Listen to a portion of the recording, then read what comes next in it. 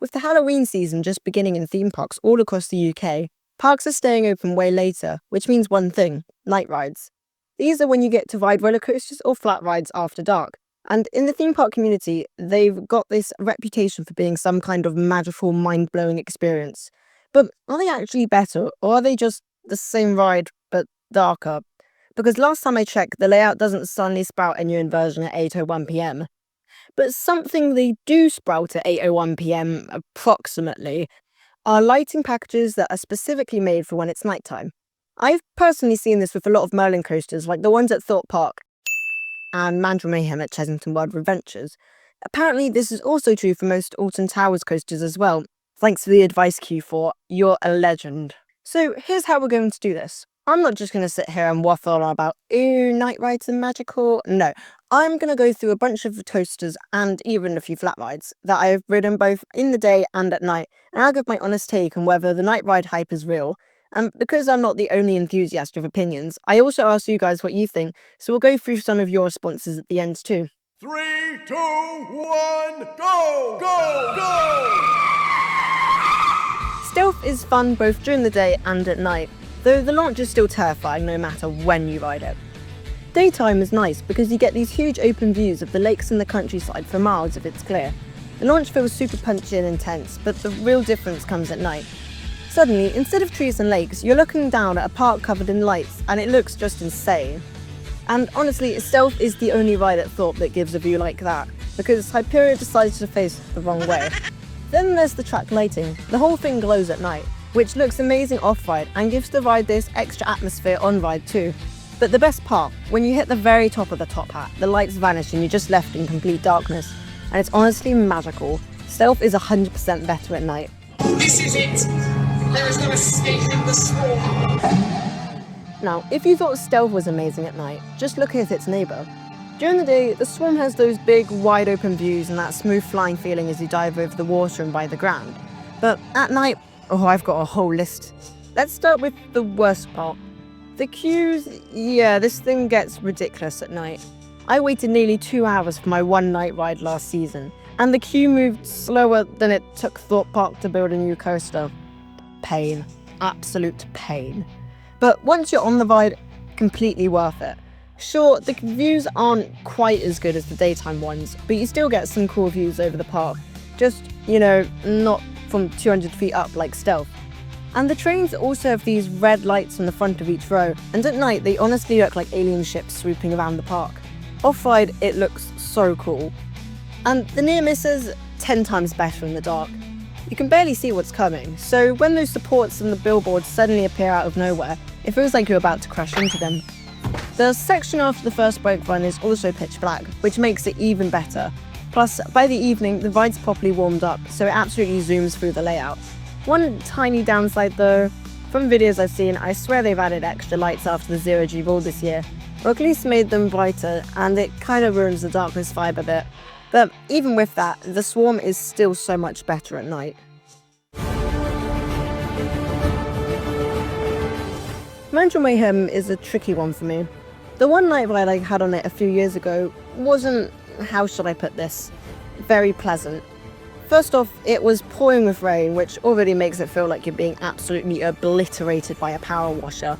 And then my silly pre-enthusiast brain convinced itself that the operator had cranked up the launch speed. There I was, front row, absolutely convinced we were about to shoot straight off the end of the track. Of course, I'd already ridden it 6 times that day, so deep down I knew it wasn't happening.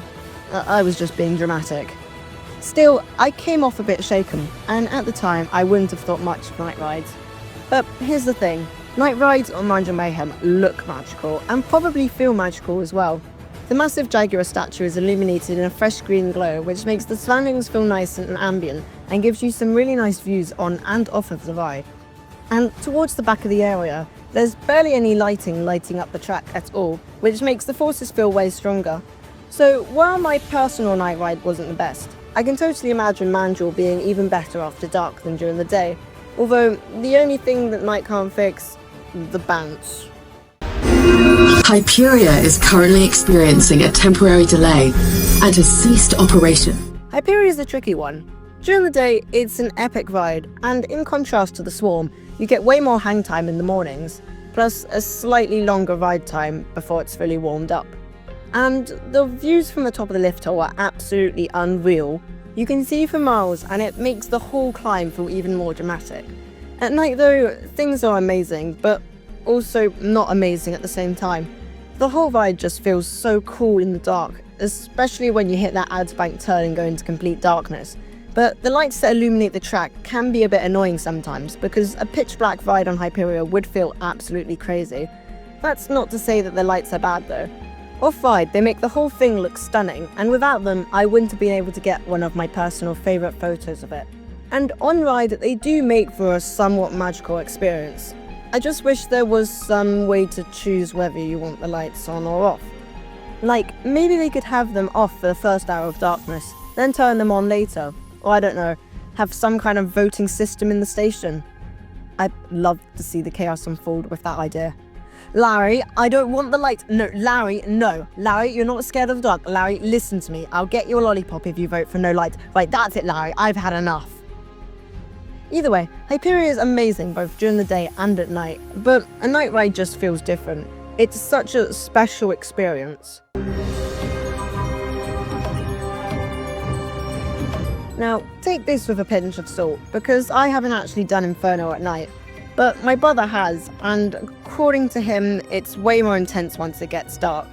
He said it runs faster, probably because it's warmed up, and the lights around the track make it feel really atmospheric. I think he meant magical, but sure, we'll go with that. Apparently, the smoke in the pre-lift tunnel is also a lot cooler, both in temperature and in vibes. And in his exact words, oh yeah, it's better. And that's all the roller coasters I managed to get night rides on, and one from my brother because, well, research. But I wanted to keep things going with the flat rides, because honestly, they deserve more credit. Take Rush, for example. It's one of those rides that's great no matter when you do it, but there's just something about riding it at night. You're swinging through the air, staring up into a pitch black night sky. When I did it back in November last year, it was a lot colder, which somehow made it even better. That cold wind hits differently when you're swooping down towards the ground from 75 foot in the air. And then there's Croc Drop, which I'm pretty sure I did the same day as that Mandrill night ride. So yeah, it was raining. Again. I don't even know if it properly counts as a night ride, but it was definitely dark enough to make getting dropped into a crocodile's mouth feel slightly more dramatic than it already is. I do remember getting some cool views of the scare maze thingy nearby though. Samurai is probably one of the most intense rides at Thorpe Park. It's wildly disorientating in the best and worst way possible, and at night it's exactly the same, except now you're being spun, flipped and tossed around in complete darkness. It's hard enough to tell which way is up in the daytime, let alone when you can't even see the seat you're sat in. I did this the same night as Rush last year, and the slight chill in the air just made the whole thing even better, like a refreshing rush from the wind every time you got flipped upside down.